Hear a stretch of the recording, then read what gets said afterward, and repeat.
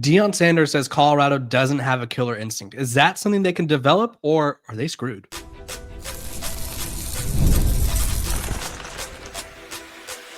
You are Locked On Buffs, your daily podcast on the Colorado Buffaloes, part of the Locked On Podcast Network, your team every day.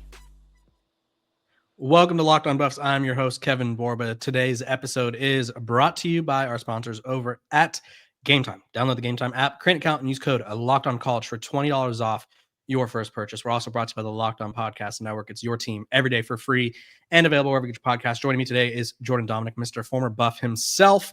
Jordan, the Buffs have struggled, right? They had an opportunity to pull off a top 25 upset. I think they should have won that game. The data indicates they should have won that game.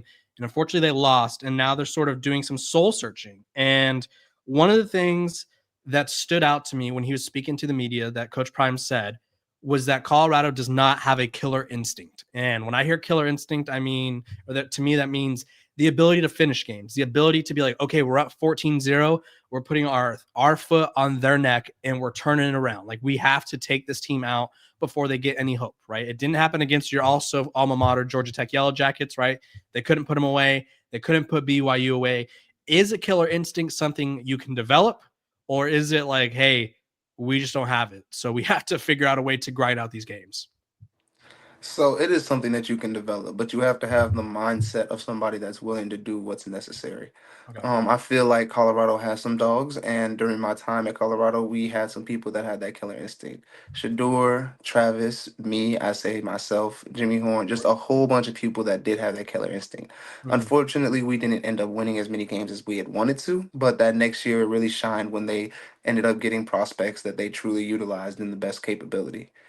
So um, I feel like this Colorado team has people that have that killer instinct intact, and it shows throughout the game. It's not just something where it's like, oh, we're already up, so let's go kill them. Like, no, it's something that you have to use right out the gate. And a lot of it flashes with Colorado. They have some good plays. They have some plays where they ended up, making something happen out of nothing, and they have plays where the defense shines, the offense shines, but then there are also plays where it seems like they're taking, breaks on the defense, or not really utilizing the offense the way they want to. They're not playing to the standard that they have every single play, and they have to figure something out. It's all just a mentality. It has nothing to do with, oh, they don't have this killer instinct. It's in them. They've had it. We've seen it. We've seen them actually play the way that we expect them to play. Mm-hmm. And it showed up a lot in the BYU game. It's just at the end of the game, a lot of things that do kill that killer instinct are momentum swings, and momentum swings can happen due to, a couple pass interferences on the defense twice in a row, Yeah. or maybe a quarterback that tries to make something happen out of nothing and ends up getting sacked for 15, 20 yards. It all just it depends on just the situation, and to not be able to make the best out of any given situation is a mentality. Mm-hmm. So Colorado needs to adopt the mentality of every play, every game, I'm gonna give it my all, because you never know which play is gonna be my last. And I feel like those that play with that mentality have the killer instinct that Coach Prime is talking about. and like there's two ways that I'm taking this. Is like, and I forgot who said it, so I'm not going to pretend like I made this up, but someone said that when you don't have a killer instinct, it's almost like you don't want to be the star, in the sense of like, you don't want to be the guy that makes the play. It's like you want to be the guy Hmm. that like helps makes the play, but you don't want to be like the guy. And then also, to me, not having a killer instinct, is that this is, I guess this is a question, not really like an opinion. Is that a sign of a soft team? Like, are you soft if you're unable to put teams away? I feel like you are. Okay. There is no team with a successful winning record that you can consider soft, so to Mhm. speak. Right. They're just teams that have a more killer mentality than other teams, and it seems that Colorado is one of the latter teams right now. They don't have that killer mentality to put somebody away and really, do what needs to be done. I feel like Colorado's offense tries to play a little conservative at times until they're in a situation where they're forced to play with an Yeah. open playbook. Yeah. And I feel like Colorado's defense, um, they just need to be, how do you say? They just need to be more aggressive. And that's Yeah. not from a play calling standpoint, that's from a players playing the way that they can play standpoint. Because Mm, we've seen that the defense can make something happen. The defensive job is to make the defensive coordinator right. The yeah. offensive coordinator is the one calling the plays. The defense Yeah. is the one that's out there and actually stopping them. So no Yeah. matter what defense is called, no matter what's going on, they have to have the ability to make plays in the backfield, be able to pressure the quarterback, be able to have discipline when it comes to reading trick plays that might come their way or certain plays that they might not have never seen before. Mm, And they have to have the discipline and the know-how to be able to play that play and make tackles where it needs to make tackles. So instead of having 2 3 yards, instead of having a 9 or 10 yard gain for the offense, now it's a 2 3 yard gain for the offense, and now they're put in a position where the defense thrives in, where they can actually go hunt without having to worry about an RPO or without having to worry about reading whether or not it's a run or a pass. yeah.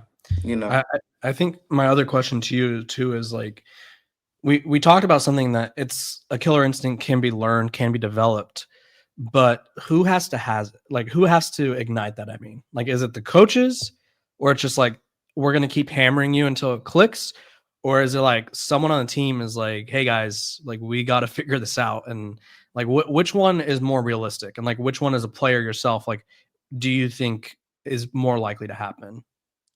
as a player, I feel like it's on yourself to really motivate whatever. Okay. And so as a player during my time, I realized that nobody could really tell anybody, hey, this is that. They're only going to respect actions. Mhm. And from the teams that I've played on, the games that we've won, or the time that we would have momentum, it was always one player specifically that made a play that Okay. really showed us, hey, if he can do it, so can I. Right. And that So was they don't with they don't us. have that yet. I They don't wouldn't say. have that. They don't have somebody that really will go out there every single time and be like, hey, he doesn't even have to say anything. He just has to go out there and just make something happen. And Mm, it has to be somebody, whether it's on the defensive side of the ball or the offensive side of the ball. And the offensive side of the ball, when we were there, we had multiple people that could do that. mhm. And on the defensive side of the ball, I feel like we have multiple people that could do that as well. Yeah. And anywhere I've been, it's shown that there's always a catalyst, somebody that's going to spark the game and spark the momentum. And that's when everybody's going to start to follow suit. And Colorado just doesn't have that on offense or defense. There's nobody that truly stands out on the Colorado defense where it's like, hey, if we need a play to be made, he's going to make that play. And vice versa on the offense, there's nobody that's really shown, hey, if we need a play, he's going to go get it. And I Yeah. feel like the offensive coordinator right now is not really utilizing his running backs because I feel like the running backs would really be the catalyst for the offense. Yeah. Kaidon Salter is known to run. BYU had a spy, 2 spies on him the entire game. But when they went Wildcat formation and had Drelon Miller, I believe, Mhm. running the ball down the field, they Yeah. scored in 3 plays. Yeah. And I feel like if they were to give the running backs more of a chance, they would really have a catalyst that could get their offense going. In the defense, somebody just has to step up. Somebody has to be that guy that'll put the defense on their back and go make a play and get everybody else hyped and situated. And honestly, that's just what it is. There's I no thing that a coach could tell you. There's mhm. not much that can motivate you other than yourself and the reason for what you're out there doing. Yeah. I think the killer instinct thing too, it shows through this was probably last week or the week before. But they had Alejandro Mata, your former teammate. They had him like giving the team a pep talk about like you guys kind of like you guys got to step it up kind of thing. And I was like, oh, that's interesting. I've never really seen like a kicker like lecturing like it wasn't like the specialist. It was like he was lecturing the whole team. And I think it's cool that he's a leader and like Coach Prime respects him in that sense. But I also think that may have been a sign of like, hey, we don't actually have like outside of Jordan Seaton, like we don't have any leaders on this team right now. Like it is, and that's not a problem you want because you're 5 games into the season where it's like you don't have an established leader. Like, would you say, I don't know, because you guys had Shador and Travis, so like those were your guys' leaders, I would say, like default leaders. But like, would you say that like having a lack of leadership from a player perspective can help l- derail a season? It can, Mhm. especially if the team isn't really focused or doing what they need to be getting done on the field, Okay. which is showing right now. Yeah. Um, to not have somebody that can really rally the team and bring them up and bring them together and everything like that. Yeah. Somebody that can truly control the flow of a game. Right. Really, somebody Yeah. that without having somebody that can do that, it's really It hard has for a to be a team to. certain position groups is what I'm hearing then. Like a Yes, quarterback, it a does have to be. receiver, a running back, preferably a quarterback, right? Because that's like who the team runs through. But like defensively, like a linebacker.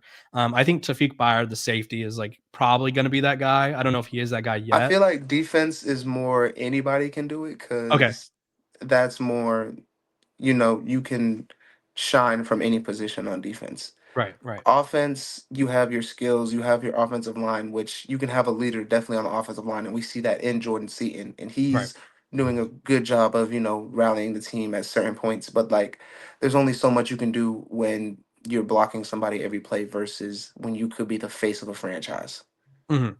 Yeah. So I mean, I think that's interesting because I don't think a lot of people will admit that, but it's like, yeah, it's certain positions. Like, and from your perspective too, like say like not to pick on Jordan Seaton because he's a great dude. He No, actually for has sure. the He's high definitely a leader of the, right, he's a leader of Colorado. But when you think Colorado, it's not the first person you don't think of is an offensive lineman. Or right, that's any team that you think of. right. So even within the organization, Jordan Seaton, I would say right now, is the complete leader of the team.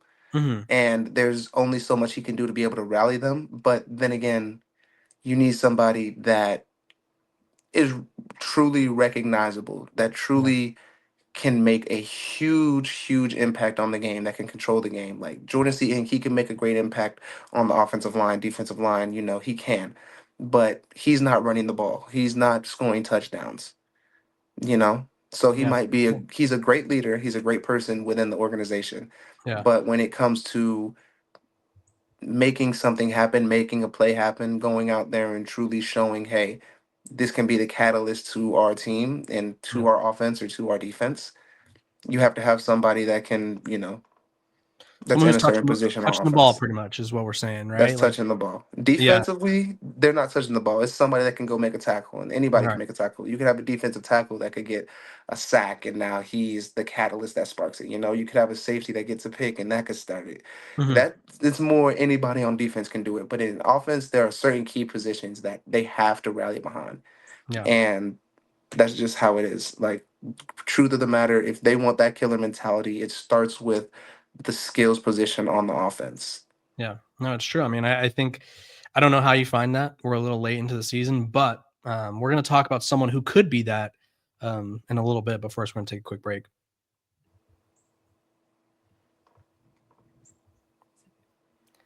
This episode of Locked on Bus is brought to you by our sponsors over at Quo. One of the tools that helps make a huge difference for business owners is Quo, formerly Open Phone. It's the same great business phone system you've heard me talk about before, just with the new name. And here's why it matters. Every missed call is money left on the table. When every customer conversation counts, you need a phone system that keeps you connected 24/7. Quo is the number one business phone system that streamlines customer communications. It works right through an app on your phone or computer, so no more carrying two phones or relying on a landline. See why over 90,000 businesses trust Quo, formerly Open Phone. Get started free and get 20% off your first 6 months at quo.com/lockedoncollege. It's QUO.com/lockedoncollege. And if you've got an existing number with another service, Quo will port them over with no extra charge. So Quo, no missed calls, no missed customers.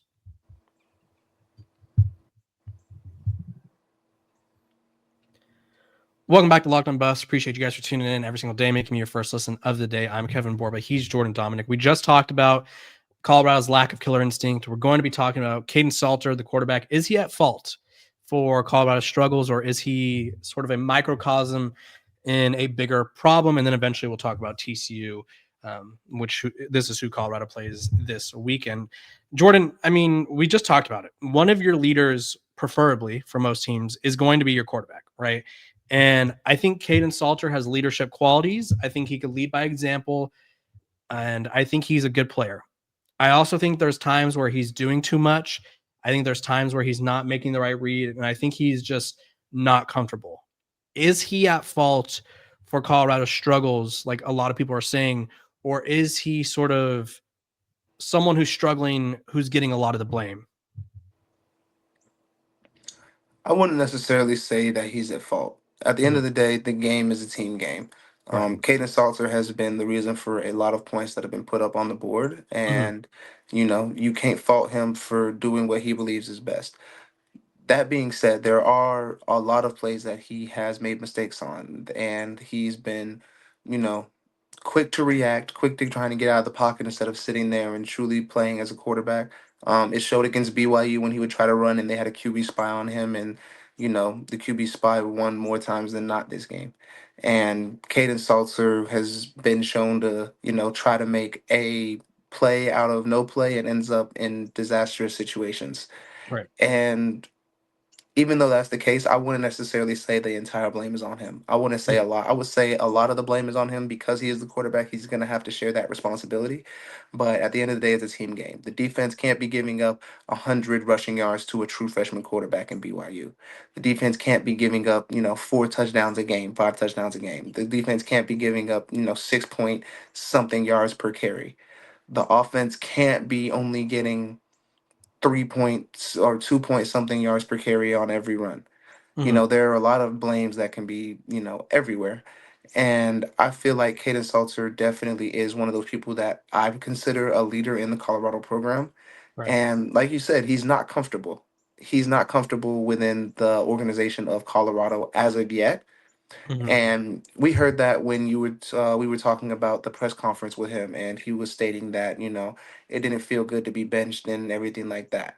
Right. He can't use that as an excuse, but then again, I understand where he's coming from, where you thought you had the entire confidence of the staff, and then you end up not playing for 2 games. You end up losing one of those games, and then you're thrown back into the fire. And that can be, a real mind warp for anybody. But at the end of the day, you're the quarterback. You're the one that has to be able to lead the charge on offense. And I feel like he's shown that he has the capability to do that. He's shown that he can make big plays. He's shown that he can use his legs.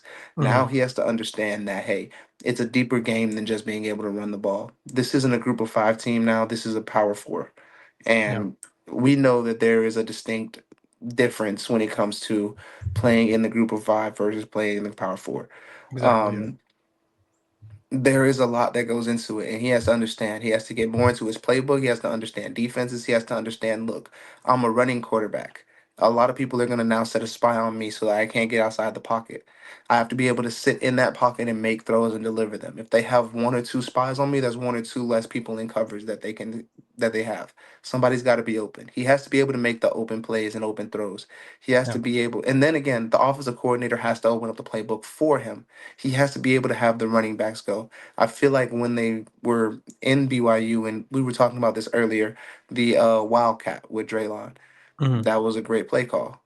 Granted, it became stalemated at the end of the game when they tried it again, but it was the same play over and over.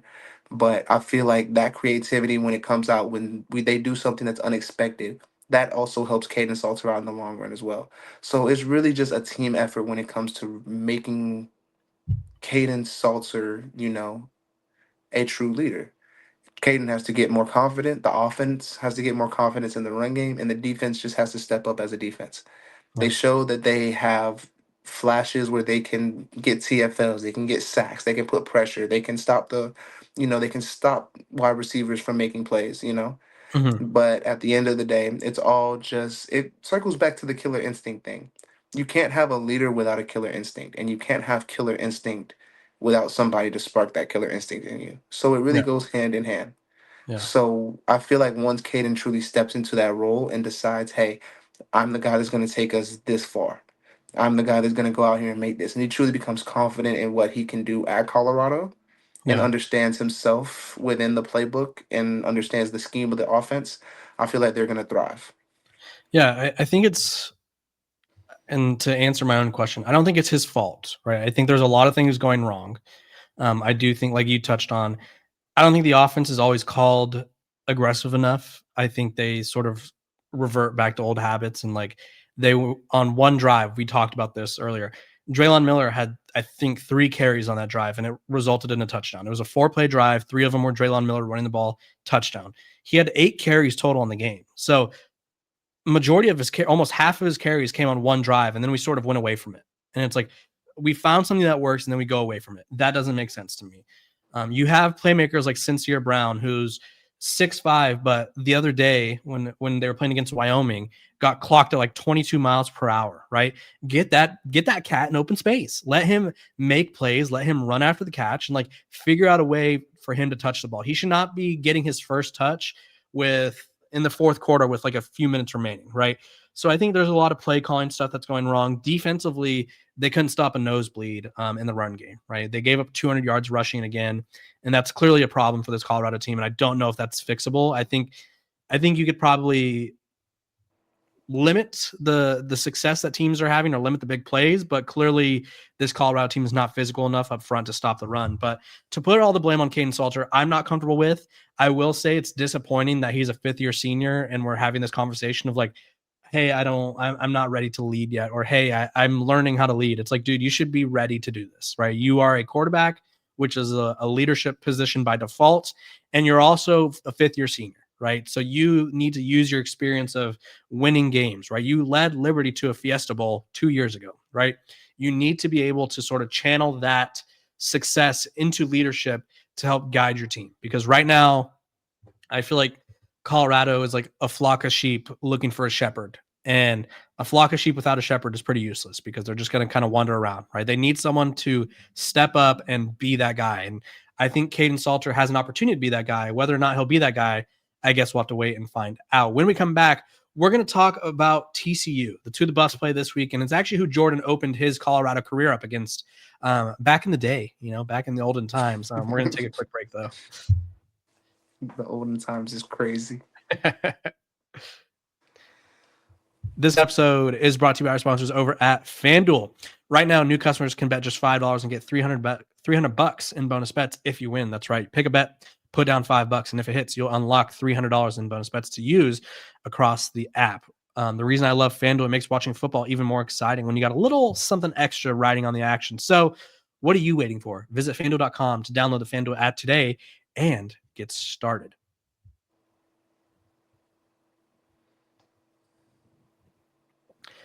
Welcome back to Locked On Buffs. Appreciate you guys for tuning in every single day, making me your first listen of the day. It's free and available wherever you get your podcast, so make sure to like, subscribe, and follow. Jordan, you opened your Colorado career up against TCU at TCU. It was a great game. You guys won. I think everyone was sort of introduced to Travis Hunter that game. Like the diving interception was insane. I think he had, which I don't know why the TCU quarterback kept throwing at him. That's one of the most questionable decisions ever. I think TCU kind of underestimated him or wanted to prove like, hey, he's not that good. And I mean, I think we learned what happened, but talk to me about what you remember from that game, like winning the game, what the vibes were like after, and then talk to me about like what a win for Colorado this week at TCU could do for this team. So when we played TCU, I remember it was a huge thing. The debate on whether or not Coach Prime was a real coach was going on. Yep. So much hate going on, so much hate against our team. Travis Hunter should do standards. They're not like that. Colorado's not good. Woo, Yeah. woo, everything's going on. Before you go on, what did Coach Prime say about all this? Like, what did he tell you guys? He told us, "Hey, this is what comes with it. So Okay. be Fair ready enough. to be prepared to deal with it." And so Yeah. we knew what we were going into. We went up to Texas. We were, practicing at one of his football facilities that he had found, and that was a pretty good vibe. We had to get out there, get used to the sun and everything like that, Hmm. and it was good. Honestly, we went out there. They were talking trash. They were talking mess. They were talking to Travis and Shadur, especially on the sideline. Like their whole student section was just all on them, Hmm. and I remember the amount of plays that were just happening. Like the game was insane. It was really insane. I didn't start that game. I remember that. I was coming off of a sprained ankle injury, Hmm. a high ankle sprain. I remember that. And we were playing well. Like Travis made plays, Shador made plays, everybody on the defense was making plays. And I remember the very final defensive play that we had. I was out there and I was at the right end, and I it was me and my boy Miles Slusher, who we both had transferred from Arkansas the year before. Yeah. And it was You fourth, and I made the tackle, believe right? he did make the tackle. Yeah. So it was 4th and 8. I remember I had gotten off the ball. They had went for a play action pass.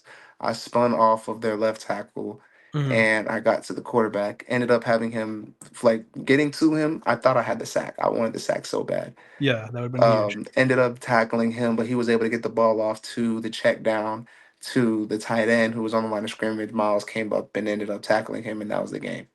Yeah. And Wild Shador scene. went out.